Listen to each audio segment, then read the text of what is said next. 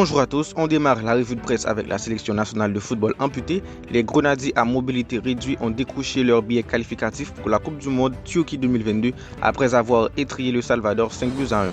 À l'autre bord, le sélectionneur Nicolas Delépine a communiqué la liste de 22 joueuses convoquées pour les éliminatoires de la Coupe du Monde.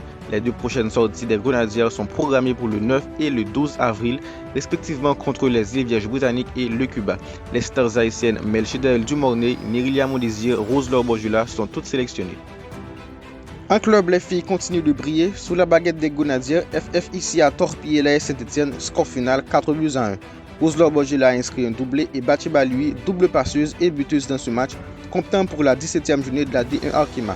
Doublé pour Nerilya Mondésir avec le Montpellier qui a surclassé Guingamp 6-0, toujours dans la D1 Arkema. À l'occasion de la 17e journée, les Payadines occupent la 4e place avec 29 points.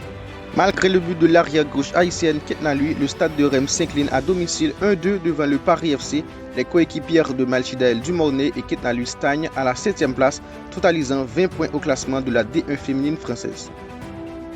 Le week-end a été aussi mouvementé du côté de nos Grenadiers. L'en avant Guingamp de Franzi Pirou a surclassé l'AS Nancy 3-1 grâce à des buts de Baptiste Roux et Youssouf Mchangama à l'occasion de la 30e journée de la 2e division française. Saliou a réduit le score pour les visiteurs. Les Rouges et Noirs occupent la 11e place avec 39 unités et sont à 2 points du top 6. Le USK Krakow s'est échauffé avec la réserve de Garbania, score final 11-1.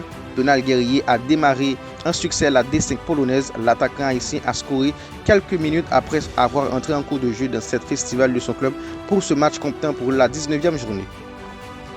À l'autre bord, le SC Bastia de Johnny Placide fait match nul, un but partout face à Grenoble Foot lors de la 30e journée de la Ligue 2 française. Il faut souligner les belles performances du portier haïtien qui est devenu incontournable sous la cage du SC Bastia.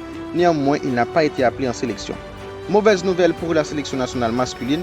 Carlens Arcus s'est blessé lors de la défaite de l'AG Auxerre 2-1 face à Toulouse dans le cadre de la 30e journée de la Ligue 2 française. Il reste à savoir si le latéral droit haïtien pourra rejoindre le prochain rassemblement pour le match contre Guatemala.